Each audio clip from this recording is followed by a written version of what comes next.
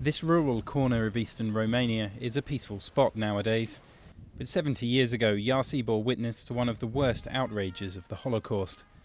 Between 13 and 15,000 Jews were murdered here by the pro-Nazi Romanian regime. Romanian authorities, with some participation by German authorities, killed Jews on the streets of the town in front of the neighbors and friends and acquaintances of those Jews. This sent a strong message to the Nazis and to other perpetrators who were just figuring out at that point in time how to commit mass murder.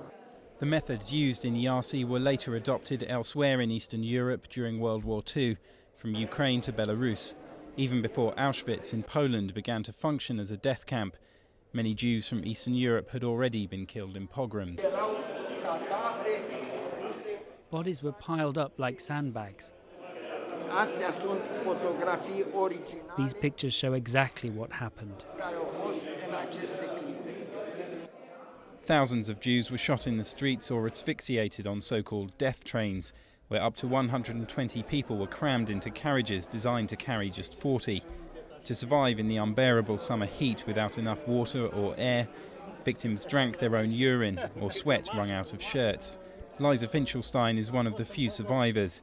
He was 17 at the time. Distanța este de 20 de kilometri.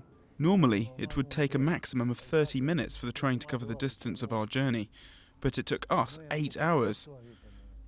Because of the heat, only 20 people out of the 120 crammed into the car I was in were still alive when we arrived. Coborâm numai în jur de 20, 18-20.